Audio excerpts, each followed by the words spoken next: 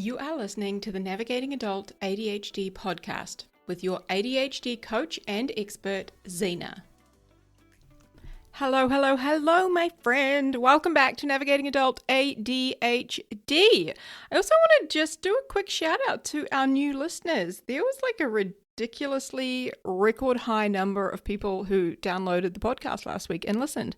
So I just want to say thank you. Thank you for the podcast, love. Thank you for being here. And thank you for choosing to press play on this episode. Yeah, I just want to say I appreciate you. I'm so happy you are here. Welcome to Team ADHD. My friend, today we are talking about decision. Oh my God, we're off to an epic start. Decision fatigue. Okay, luckily we got there. That's what we're talking about today. Why making decisions can feel so hard for those of us with ADHD. Have you ever stood in the kitchen trying to decide what to eat for dinner, feeling totally overwhelmed by all of the options, opening the fridge, shutting the fridge, walking away, and then you somehow end up eating toast for dinner? I know I have. Or maybe you eat nothing at all until like 9:30 at night when you are feral, shaking, so hungry you're rage eating crackers over the sink. Okay? Been there, done that. Or maybe you have found yourself sitting at your laptop knowing that you need to get shit done. You've got work to do, but then your brain gets really stuck. What should I do first? Which task matters the most? What can I realistically get done right now? What if I start the wrong thing?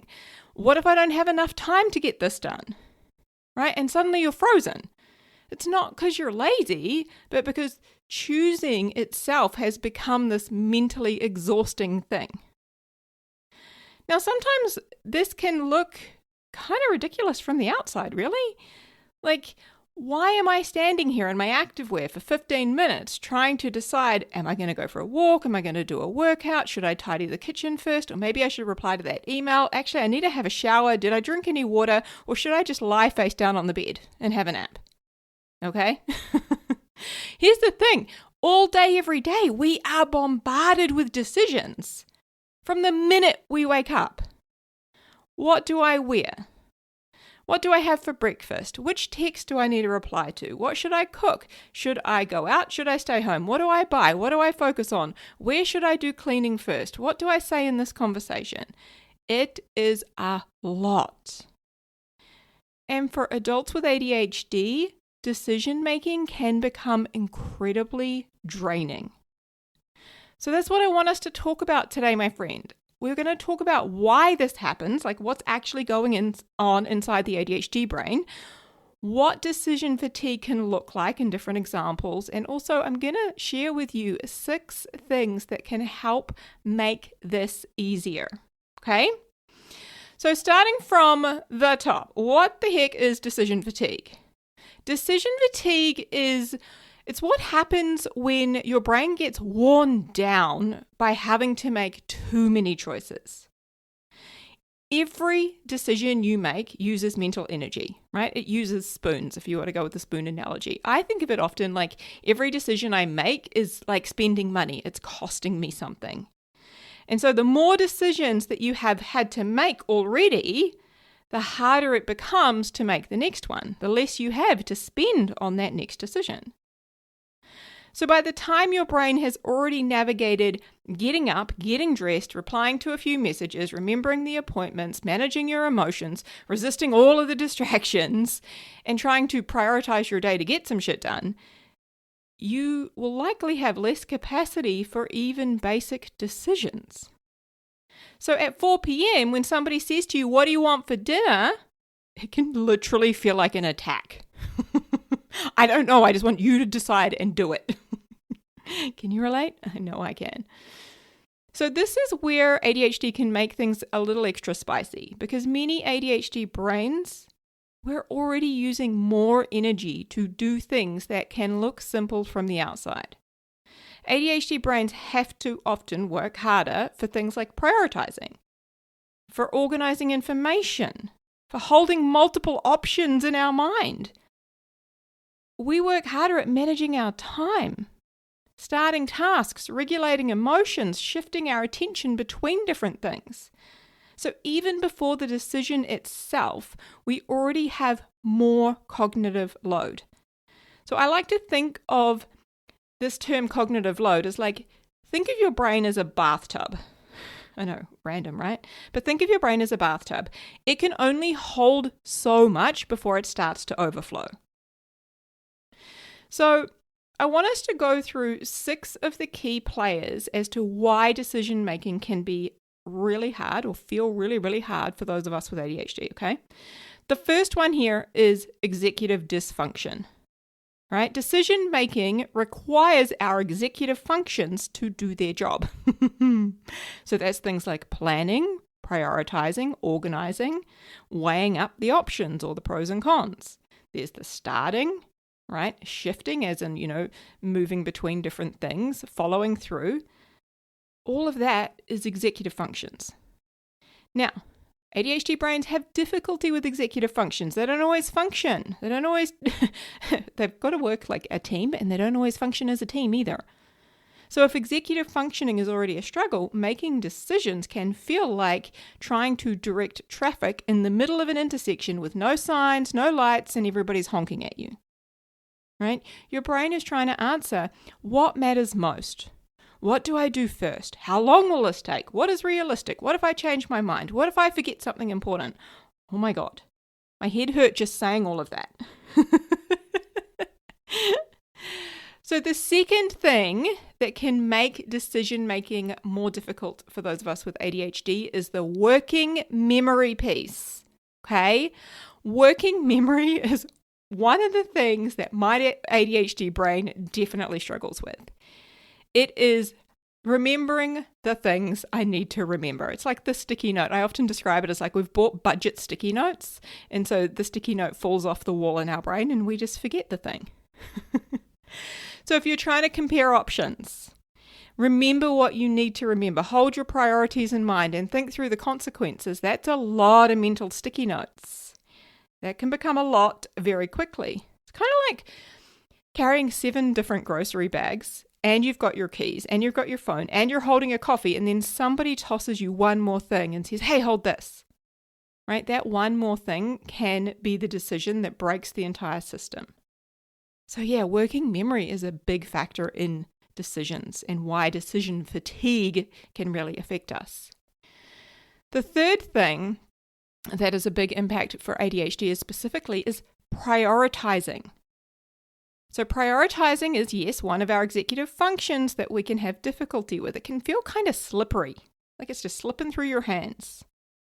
So sometimes the problem isn't necessarily the decision itself, it's figuring out what matters most, what's urgent, what's the difference between urgent and important, what's going to fit with my energy, what does future me need here, what is the actual first step? Oh my God, again, my brain's like, oh, too much. And when everything feels important or urgent, right, our brain will often stall. I think this is one of the most frustrating parts because it's not that you've got nothing to do, right? I don't know about you. I'm sure you got plenty to do. I know I sure do. It's that sometimes there's just too many possible answers to what to do. So your brain kind of ends up in this weird traffic jam where every task is like waving its arms, yelling, pick me, no, pick me, I'm more important. And then suddenly you end up reorganizing a drawer or researching the best vacuum cleaner on the internet for the next 40 minutes, right? The fourth ADHD kind of brain thing that can trip us up here when it comes to decisions and decision fatigue is perfectionism. And that fear of getting it wrong, that is all tied into perfectionism, my friend. So for a lot of us with ADHD, we carry shame from our past mistakes, from details we have missed, from impulsive choices we have made or things we've forgotten, or simply from being told that we're careless. So what that means is even the small decisions can carry this extra emotional weight. I talked about this actually in an episode, maybe 10 or 15 back now, called The Wall of Awful, which is the emotional wall that we can experience when it comes to doing a task or even just making a decision. It's all of the past emotions that can come with that. So it's no longer just, well, what should I have for lunch? It becomes, well, what if I choose the wrong thing? What if I waste my money? What if I regret it? What if I mess this up? Why is this so hard for me? So sometimes the decision isn't just a simple decision anymore. It's this whole emotional flashback that we have with this side of self-doubt. And this is why something that might look tiny on the outside, like this decision that might seem so small or irrelevant to somebody else, can feel really huge for us. The fifth thing that I see becoming a bit of an issue here for ADHD brains is, and I know this one firsthand, too many options. Too many options is something that can overwhelm our brains so quickly, right? ADHD brains find open-ended choices especially hard. So questions like, what should I do today? What do I want to eat? What should I work on first? What kind of exercise should I do? Where should I start cleaning? Right? The possibilities of all of those are endless. That can feel huge because there's no clear container or parameters here. It's kind of like being handed the whole universe and being told, just pick something, right? It sounds freeing until your brain short circuits. Now, here's the thing. For me, like, what should I do today can feel freeing when I'm on holiday. Or what do I want to eat will feel freeing when I'm on holiday. But when I have a shitload of things to do and I'm working like a full intense day today, no, it feels like pressure. So sometimes too many options doesn't feel like freedom. It feels like, standing in front of Netflix for 40 minutes and then you end up rewatching that same show that you've already seen because your brain can't cope with scrolling through all the options and just making another decision. Ask me how I know. I love me some comfort Netflix where like you rewatch the same thing. So good. Now, the sixth thing I want to say in relation to why decision fatigue can really weigh heavy on ADHD brains and why it can be more difficult for us is emotional dysregulation. Okay? Decision making isn't just a logical thing. It will stir up emotions. You might feel some frustration, some overwhelm, some anxiety or self-doubt or guilt or fear. And once emotions rise, thinking clearly gets murky. It gets harder to do.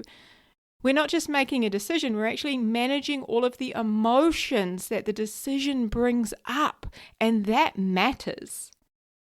Right? This is where I do a lot of my coaching is sort of spent with clients and inside the Adulting with ADHD membership is around the emotions that come up around decisions, because emotions drive actions. We want to feel good about making that decision. Now, we're actually in charge of how we feel. We just don't think we are. I'm not going to get into it.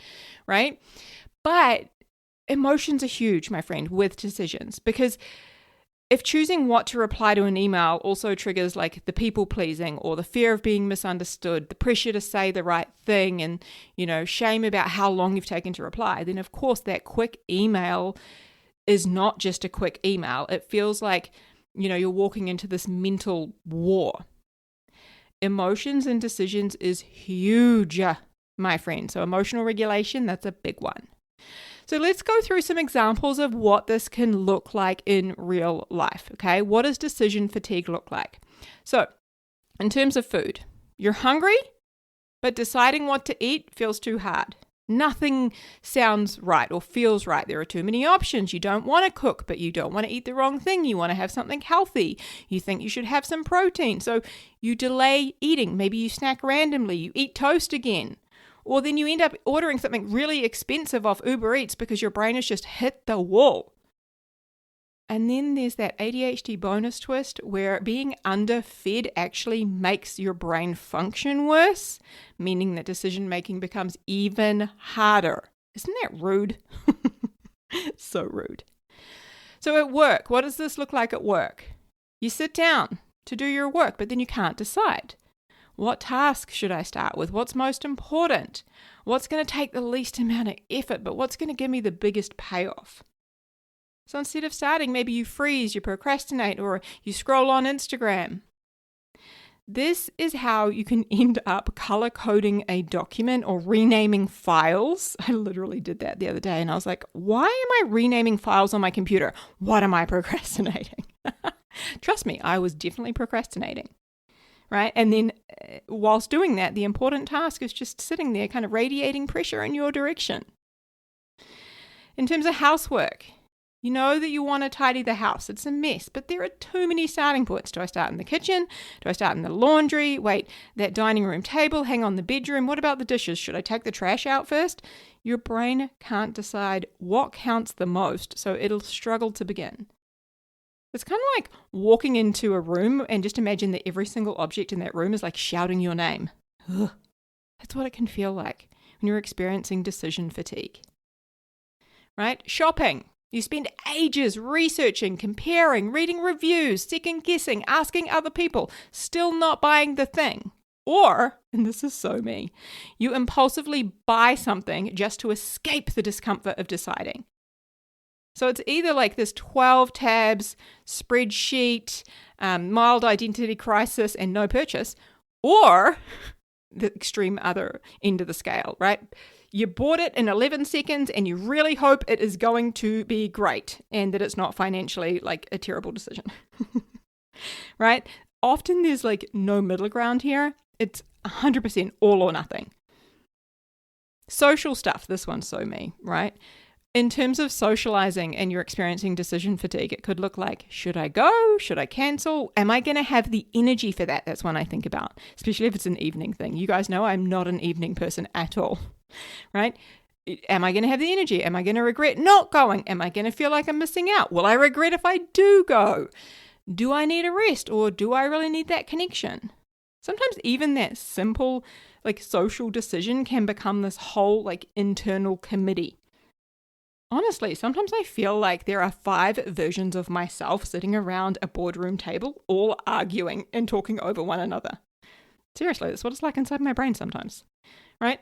Somebody at the table wants connection. Somebody wants rest. Somebody wants to look normal. Somebody wants to be in their pajamas cuddling a cat, and somebody else is just offended that they've been asked to do something. No wonder this can be so tiring for ADHD brains. Right, one more example. Let me give you an admin example, okay? Replying to one email, just one email, it might require deciding, what do I say? How formal do I need to be? Should I deal with the whole thing now or just respond to this one question? Do I need to gather more information first? Is this really that urgent? Is there something else I should do before I even reply to this? And suddenly this like 3-minute task or this 3-minute email takes you an hour. Oh my God, I have had this experience. Like I've come a long way, trust me. And I actually think AI helps hugely when it comes to replying to emails or sending emails now. But I remember this one email, gosh, this has got to be going back a few years now. And it was to a client, and they'd asked me a question, and I was sending an email, and what could have been, and probably should have been, maybe a 10-minute reply, because I did have to put some thought into it and sort of answer their questions and help them with something. I remember it took me almost 2 hours to reply to this one email. I was like, what? And this is the kind of stuff that people don't see, right? Especially our neurotypical friends. They don't necessarily get it. They don't necessarily see it. All they see is this unanswered email. What they don't see is the 14 micro decisions that are hiding behind that email and all of the emotions that are attached to that. So when making a decision feels too overwhelming or too hard, what actually happens? Well, it often leads us to do things like avoid the decision, put it off, ask somebody else to choose, scroll on Instagram for hours, right? Do nothing, impulsively choose just to escape the discomfort, pick something that's familiar, get stuck researching, spend hours researching, especially out of fear of getting it wrong, or just abandon, right? Give it up completely. Now, none of that means that we are broken. In fact, these are things that our nervous system is doing in an attempt to reduce the overwhelm, in an attempt to help us to feel better. It's trying to kind of soothe us. It's trying to support us, right? It's well intended, right? Your brain is basically trying to find the quickest exit from the pressure. So sometimes that does look like avoidance. Sometimes it looks like impulsivity. Sometimes it looks like pretending this decision doesn't even exist and just hoping it just like magically sorts itself out. Okay, not ideal, but incredibly human, my friend. So human. And unfortunately, we've got to talk about the shame, because the shame that comes up around decisions can be quite big. So many ADHDers judge themselves harshly for the difficulty that they experience when it comes to making a decision. Why can't I just pick something? This is so ridiculous. What's wrong with me? Other adults don't struggle like this. I'm so useless. Why do I make everything harder than it needs to be? My friend, the truth is that decision fatigue isn't a sign that you're incapable. It is a sign that your brain is overloaded. Remember that mental bathtub that I mentioned earlier? Okay, your brain is like a bathtub. It can only hold so much before it starts to overflow. So when your brain has too many tabs open, okay, even a small choice can feel like somebody just shoved another 14 browser windows in your face, asked you just to calmly compare prices, predict the future, and make the best possible decision. Honestly, that would exhaust anyone. Struggling to choose does not mean that there's anything wrong with you. It does not mean that you're a bad person. It simply means that your brain needs less input, less pressure, and more support. All right, my friend? So please give yourself a break. So now I want us to walk through some practical things. I believe I've got 6 on my list here. 6 practical things that can help when you are struggling with decision fatigue. Okay? So number 1, reduce the number of options. The more options you have, the harder it can be. Seriously. So I had this, actually, I'm thinking of a funny example. After I was the MC at the ADHD conference in Christchurch at the end of last year, it was December of last year, my friend Carrie, she was one of the speakers. We went out for dinner afterwards, dinner and drinks, and we got to this what was it, Argentinian restaurant. And we got there and we look at the menu and I'm like, I'm starving, I'm thirsty, everything looks amazing. And I said to her, I cannot decide. My bathtub was just full on overflowing. I said to her, can you decide for me? I will have whatever you think I should have. I would have eaten anything on that menu. I would have drunk anything on that menu. So she decided and I was so happy with it. But there were so many options on that menu and all of them looked good, right? So when you're choosing from like 12 different things to have for lunch versus 2, it can make a massive difference. Reduce the number of options. So for me, I work from home. So I either have eggs on a piece of sourdough or I will eat leftovers. That's it. I've got 2 choices. It's leftovers or I can have the eggs on toast. That's it. Right? And maybe it's pick from 3 outfits instead of your whole wardrobe. Having a short list of meals on the fridge. I find this to be incredibly helpful because my brain will forget. So I have a list of things that I will make for myself, things that I will eat, and then I've got a list for the kids because I forget the meals that they like or the meals that I've made for them in the past. So I've got 2 separate lists. So for the kids, things like spaghetti bolognese, chicken curry is on the list, tacos, nachos, these are things on the list. For me, I've got another list. It's like chicken salad, salmon and veggies, chicken wraps, these sorts of things. But having these short little lists helps me to make a decision. It helps me to not even have to think about the options available. Again, reduce the number of options. It can also look like creating a default list for things to do at work. So for example, on my whiteboard over here in the corner, I've got a list of things that I do throughout the week. So I've got write the weekly newsletter, draft the podcast, work on the burnout workbook, post on social media. And I've got that there so I can just grab from that. So I've got something easy to grab from and do. It's like this default list, right? Sometimes freedom is lovely. Don't get me wrong. I fucking love freedom. I value that hugely. But sometimes too much freedom is like a trap wearing a cute outfit, okay? The second thing that can help here is to create defaults. So defaults reduce the amount of deciding your brain has to do. So for example, it could look like having the same breakfast every morning. I literally do this. Right now, that breakfast for me is a protein smoothie. It has raspberries, it has peanut butter powder, protein powder, some nuts and seeds, chia seeds, almond milk. I think that's about it. And that is it every morning, same breakfast. So easy. I don't even have to think about what to make. Also, like creating a default could be having grocery staples. So for me, that's sourdough and avocados, like regardless, because I can eat that breakfast, lunch, and dinner. Right? It could be having set days for certain jobs, standard reply templates for emails or what have you. Go-to meals for those low energy days, like 100%. Mine would be a toasted sandwich or avocado on toast. That's it. So those default things. Now, defaults are not about being boring. Yeah, they might be boring. They're about being supportive.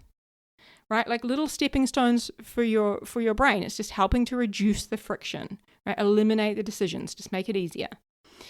One of my favorite things, and I think this really does set my brain up for success and set me up for success, is making decisions ahead of time. I am a huge advocate for this. I had to think of that word. It was escaping me. We found it.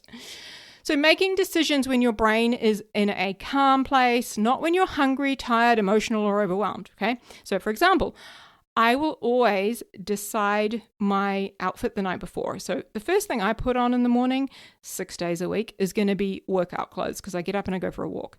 So I will always get out my activewear and sit it on the bathroom, on the ensuite bathroom, like, what is the word? Oh my God, words have gone today. The vanity, like on the, whatever. Like I'll put it in the bathroom so I can get up, go in there and get dressed. Okay. I always have that out the night before. So that was 6 days of the week. The 7th day is when I'm going to Toastmasters and I'll wear something nice. I'm not wearing my activewear, but I will always go in my wardrobe and pick that out and then hang it in the bathroom so that I have that and I don't have to think about it in the morning. Because man, when I get up in the morning, my brain is foggy. It is not in a place of making decisions, and making decisions are going to take me like 10 times as long.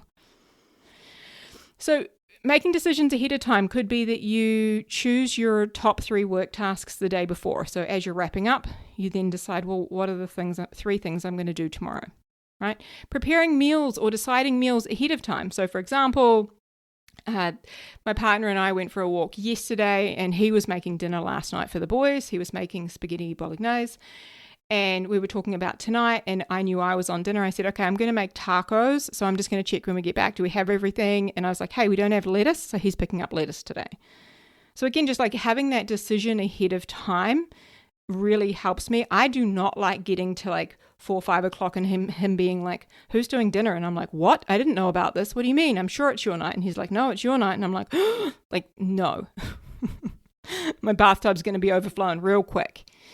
It could also be like decisions ahead of time. This is one that I see a lot of people doing, is deciding what you want off a menu before you get to that restaurant. Deciding what you're going to order, especially if that can overwhelm you. That can be a really supportive thing to do, right? Basically, you don't want to wait till your brain is running on fumes to ask it to be wise, strategic, decisive. It's like asking a toddler to run a board meeting.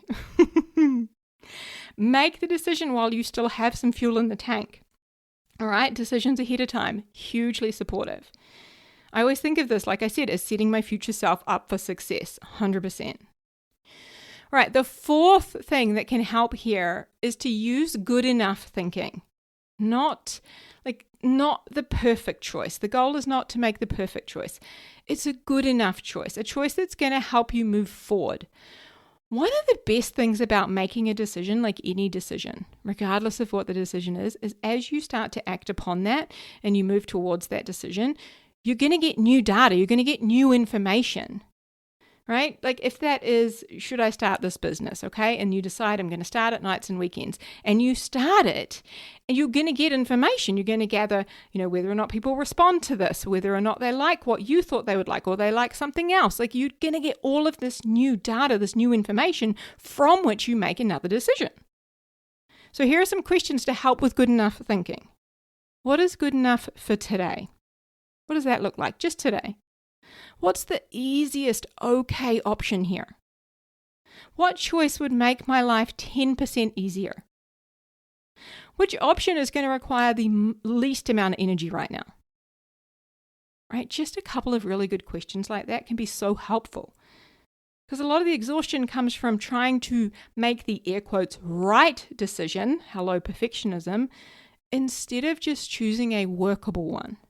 And remember, any decision you make is always going to help you get more data, more information, and then you can make another decision. Okay? Number 5, make the choice smaller. This is so helpful for our brains, so helpful. Instead of what should I do today, try what's one thing I can do in the next 15 minutes. Instead of, how do I clean the house? Like, where am I going to start? Try, do I want to start with taking out the rubbish or doing the dishes? Smaller choices are so much easier for the ADHD brain to work with, right? I use this concept like zooming in and out quite a lot when I'm with clients. And, if you're in your bedroom and you're wanting to clean your bedroom, I might say, okay, zoom into the one area that's bugging you the most. And they'll be like, oh, the bedside table, because it's covered in mugs and plates and bowls and books and stuff. And I'm like, great. Let's just start there. Let's just do that today. Okay? So making that choice smaller can be so helpful. I do this actually with the kids quite a lot. Literally, last night, actually, one of the boys, it was his turn to do dishes after dinner. And I said to him, hey, do you want to have a shower first or do you want to wash the dishes? And of course he was like, shower. They'll avoid the dishes as long as they can. But he knew that was what he was going to have to do when he came out of the shower. But of course, you want to do the shower first. No problem. But just giving them those two choices is so helpful. Now, big decisions can feel like you're being, big vague decisions, right? Like, what should I do today? It can kind of feel like you're being dropped in the middle of the ocean. Whereas a smaller decision is like, hey, let's just swim out to that buoy over there. Okay? So we're making it more doable, more realistic, more like, oh, our brain can get on board with that. All right, the 6th thing that can make decision fatigue easier or support it is using external support. Okay? ADHD brains often do better when decisions are made more visible. So I want to talk through what that could look like. First of all, writing things down. Brain dumping is so fucking valuable. Getting it all out of your head. Write down the different options. Write down your thoughts, your feelings about those options. Maybe you write a pros and cons list, but getting it out of your head can make the decision so much easier to see, to understand. Okay? When it's in your brain, it's out of sight. Right? It's kind of like it's in the dark. You know it's there, but you're fumbling around in this dark room. When you get that shit out and onto paper, you brought it into the light. Okay? You've turned the light on in the dark room. So writing things down. Another one is ask for help. Ask for support. Ask somebody to help you narrow the choices down. If you're coming off an international flight and you've got, 10 different train options that you could book for you to get from Rome to Florence, and you're really overwhelmed by that, have somebody sit with you. Maybe you pick somebody who, has done a lot of travel himself or is really smart with things like this. Pick somebody, ask them to come and help you. People love to help. Honestly, they do. People love to help. Sometimes we get funny about asking, we don't want to be a burden or we don't like asking for help, but we rob them of that gift. We rob them of how good they get to fucking feel when they help someone. All right? You know that feeling. It's good. So don't rob them of that, okay? It was a little rant, right? Ask somebody to help you to narrow those choices or to sit with you and even body double with you while you decide. That will be so helpful. Use a whiteboard, right? Or draw it out on a big sheet of paper. That can be so helpful, okay? Because trying to hold everything in your head is often where the wheels fall off. Right? Getting it out of your brain into the real world can make things so much lighter. And again, asking for support can really help to take the pressure off. And having that sounding board can be so helpful. They might see something you can't see, or vice versa. Okay?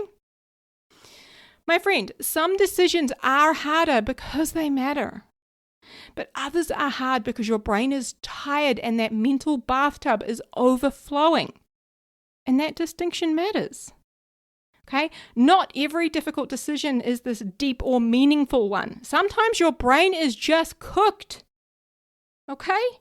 Does not mean you're incapable. It means you are human. My friend. So if choosing feels exhausting, if making decisions can feel so hard, you are not alone. right? And you're not silly for struggling with this, okay? For struggling with things that maybe look simple from the outside.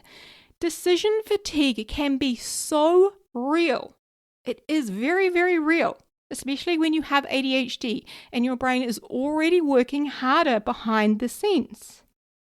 So instead of asking, why am I like this? A better question I want to offer you is, what would make this easier on my brain? Perhaps it's less pressure. Maybe it's fewer options, more support. Maybe it's more compassion. Or just making a good enough choice. Okay, my friends? Huge, huge love. Take care. I'll speak to you soon. Hey friend, if you want some more help navigating and thriving with ADHD and some help applying everything that you're learning here on the podcast, then head over to our website, navigatingadultadhd.com.